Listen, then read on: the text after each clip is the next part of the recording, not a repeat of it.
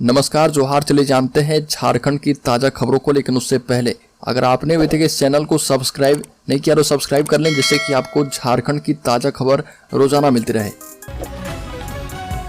सबसे पहली खबर, अब राज्य में कभी भी अनसुलझा नहीं रहेगा कोई भी क्राइम, हर जिले में बनेगी डीएनए एक्सपर्ट टीम। अब राज्य में अपराध की गुत्थी सुलझाने के लिए हर जिले में डीएनए फिंगर प्रिंटिंग एक्सपर्ट उपलब्ध होंगे। इसके लिए सरकार मेडिकल कॉलेज के साथ जिलों में तैनात चिकित्सकों को डीएनए फिंगर प्रिंटिंग का कोर्स करवाएगी। साथ ही कार्य करने वाले psychologist, counsellor, psychiatric, social workers आदि का मेंटल हेल्थ साइकोलॉजी का कोर्स भी करवाया जाएगा। और इसके निदेशक प्रमुख स्वास्थ्य डॉक्टर वीरेंद्र प्रसाद सिंह ने राज्य के सभी मेडिकल कॉलेज, रीन पास एवं सभी सिविल सर्जन को निर्देश जारी कर दिया है। अगली खबर, झारखंड हाईकोर्ट ने डीजीपी को किया तलब। झारखंड हाईकोर्ट ने गिरिडीह जिले के पंचवा पैक्स के मैनेजर संतोष यादव की अग्रिम जमानत याचिका पर सुनवाई की और सुनवाई के दौरान केस के अनुसंधानकर्ताओं के जवाब को देखते हुए कोर्ट ने 12 जनवरी को राज्य के डीजीपी को कोर्ट के समक्ष उपस्थित होने का निर्देश दिया है। और इससे पहले प्रार्थी की ओर से कोर्ट को बताया गया कि प्रार्थी के इस मामले में कोई संलिप्तता अनुसंधान के क्रम में नहीं मिली है और वह निर्दोष है, इसलिए उसे जमानत दी जानी चाहिए। बता दें कि वर्ष 2022 में गिरिडीह के पंचवा पैक्स के द्वारा खरीदे गए 800 क्विंटल धान को मिल में नहीं भेजा गया था। अगली खबर, झारखंड की कैबिनेट सचिव वंदना डाडेल ने ईडी से पूछा कि किस अपराध में प्रशासनिक और पुलिस अफसरों को भेजा जा रहा समन। झारखंड सरकार ने प्रवर्तन निदेशालय को पत्र भेजकर यह जानना चाहा है कि किस अपराध या शेड्यूल ऑफेंस में उन्हें समन भेजा जा रहा। साथ ही सरकार को सूचना दिए बिना ही सरकारी परिसरों में छापेमारी और अधिकारी को समन भेजने पर आश्चर्य व्यक्त किया है। और अधिकारी को भेजे गए समन की समीक्षा और कानूनी राय के बाद सरकार की प्रधान सचिव वंदना डाडेल ने ईडी को पत्र भेजा है। और पत्र में कहा गया है कि प्रशासनिक अधिकारी ने गृह विभाग के द्वारा सरकार को यह सूचित किया है कि ईडी ने पीएमएलए की धारा 50(2) के तहत प्रशासनिक एवं पुलिस अधिकारी को समन भेजा है। वहीं अगली खबर की बात करें तो भाजपाइयों ने बाबूलाल मरांडी के जन्मदिन पर किया है रक्तदान। पाकुड़ जिला भाजपा की ओर से पार्टी के झारखंड प्रदेश अध्यक्ष बाबूलाल मरांडी का जन्मदिन मनाया गया और जिला के अध्यक्ष अमृत पांडे के नेतृत्व में कार्यकर्ताओं ने छोटी अलीगंज स्थित चैती दुर्गा मंदिर में पूजा अर्चना करके मरांडी के सफल भविष्य और बेहतर स्वास्थ्य की कामना की। इसके बाद परिसर में पौधारोपण किया। पाकुड़ ब्लड बैंक में आयोजित रक्तदान शिविर में कार्यकर्ताओं ने बढ़ चढ़कर हिस्सा लिया और अपना रक्तदान किया।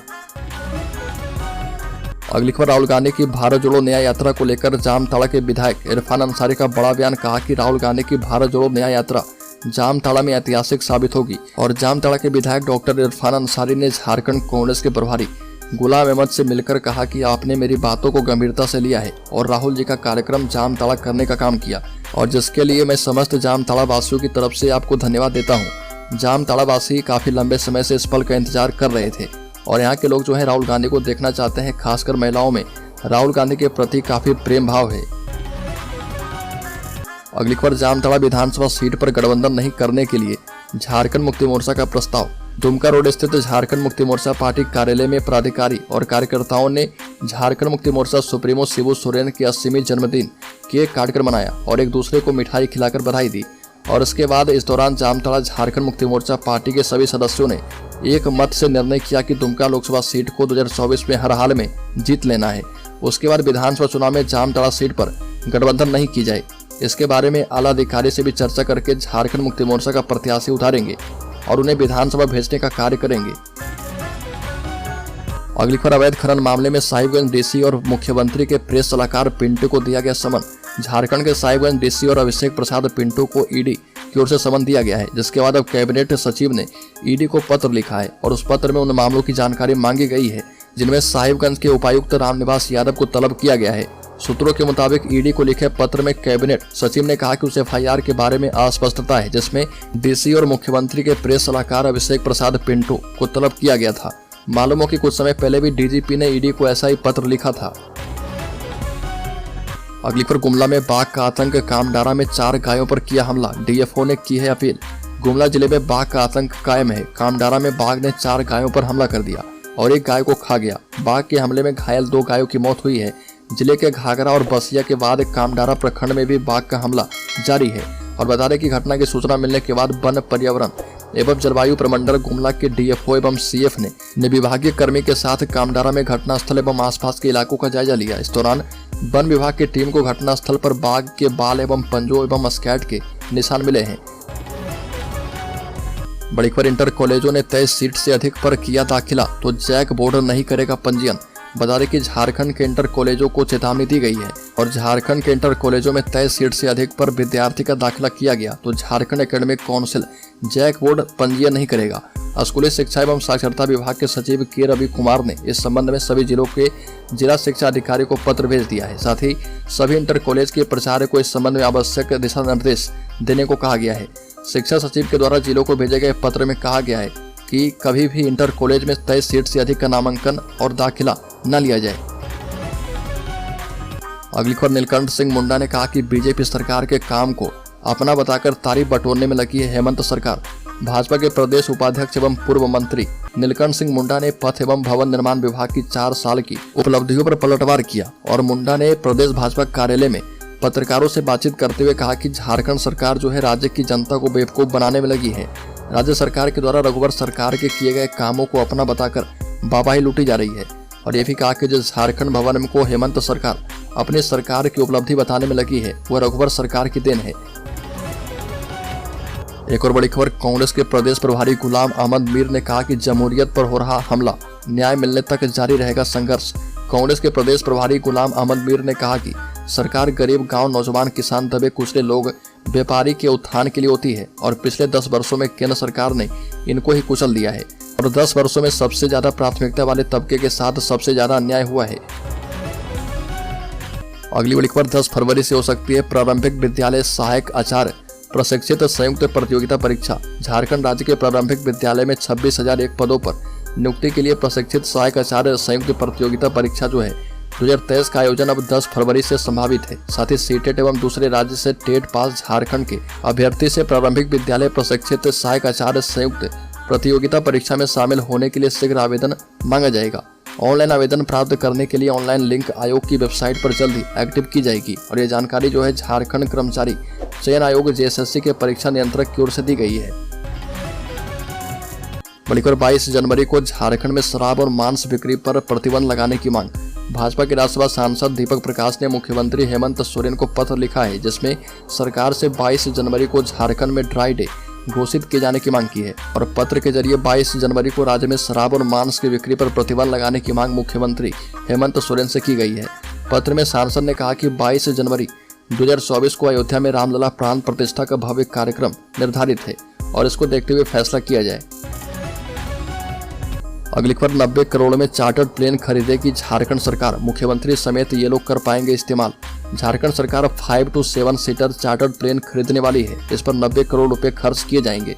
चार्टर्ड प्लेन का इस्तेमाल राज्य के मुख्यमंत्री, मंत्री और वरीय प्राधिकारी करेंगे। नागर विमानन विभाग ने प्लेन की खरीद से संबंधित प्रस्ताव तैयार किया है और प्रस्ताव पर वित्त विभाग की सहमति मांगी गई है और 90 करोड़ रुपए की लागत से लेटेस्ट मॉडल के छोटे प्लेन की खरीद प्रस्तावित है। फिलहाल जो है राज्य सरकार के पास किसी विमान या फिर हेलीकॉप्टर को स्वामित्व नहीं है। आवश्यकता पड़ने पर राज्य सरकार छोटे या फिर चार्टर्ड विमान जो है किराए पर लेती है। अगली खबर, जेएसएससी दे रहा सिर्फ तारीख पे तारीख, परीक्षा का पता नहीं। झारखंड कर्मचारी चयन आयोग द्वारा ली जाने वाली प्रतियोगिता परीक्षा की तारीखों का ऐलान तो हो रहा, लेकिन परीक्षा के कुछ दिन पहले ही फिर से नई तारीख का ऐलान कर दिया जाता है। लेकिन उस नई तिथि में परीक्षा होगी भी या नहीं, उस पर संशय बना हुआ है। हाल के दिनों में संयुक्त स्नातक स्तरीय प्रतियोगिता परीक्षा की तिथियों में बदलाव किया जा रहा। एक और बड़ी खबर, भारत जोड़ो न्याय यात्रा के दौरान झारखंड के वित्त रहित शिक्षक मिलेंगे राहुल गांधी से। वित्त रहित शिक्षक संयुक्त संघर्ष मोर्चा के अध्यक्ष मंडल के सदस्य की बैठक हुई है और इस बैठक में सभी घटक के सदस्य उपस्थित थे। बैठक में निर्णय किया गया कि वित्त रहित शिक्षक राहुल गांधी से मिलेंगे और बैठक में कहा गया है कि राज्य सरकार ने महंगाई को देखते हुए अनुदान के स्लैब में राशि में बढ़ोतरी के लिए दिनांक 3/11/2022 को निदेशक माध्यमिक शिक्षा की अध्यक्षता में एक कमेटी बनाई थी, लेकिन इस कमेटी के निर्णय पर मुहर नहीं लगी है। अगली खबर, झारखंड के कारोबारी को सुरक्षा देगी एंटी एक्सटॉर्शन स्क्वाड। 5 थाना प्रभारी टेक्निकल टीम साइबर सेल होंगे हिस्सा।